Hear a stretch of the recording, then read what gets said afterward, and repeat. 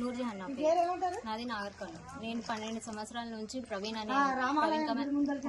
కుమార్ అనే అబ్బాయిని లవ్ చేస్తున్నా. ఆయన కూడా లవ్ చేస్తున్నాడు. పెళ్లి చేసుకుంటా అని ఆర్థికంగా శారీరకంగా అంతా వాడుకొని పెళ్లి చేసుకోను, నువ్వేమైనా చేసుకో, నువ్వు కేసు వేస్తావా, కేసు వేసి అంటే నేను ఏం చేసిన, పెళ్లి చేసుకుంటావా లేదా అని అడిగి 12 సంవత్సరాల నుంచి అడిగి ఆయనకి పోయి కేసు వేసినాం. కేసు వేస్తే ఆడ నాకు ఏ న్యాయం జరగలేదు.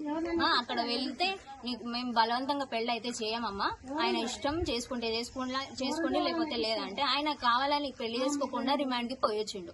రిమాండ్ కి పోయొచ్చిన తర్వాత నాకు ఏది అసలు నేను వేసింది కేసు పెళ్లి కోసం.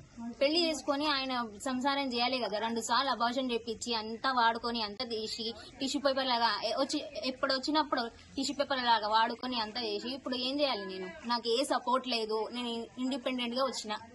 మా అమ్మ వాళ్ళు దొబ్బేసిరు, ఏది దొబ్బేసిరు అంతా. నాకు ఆర్థికంగా లేదు, ఏది రకంగా లేదు. నాకైతే పెళ్లి కావాలి, ఆయనకు నాకైతే నాకు కాదు.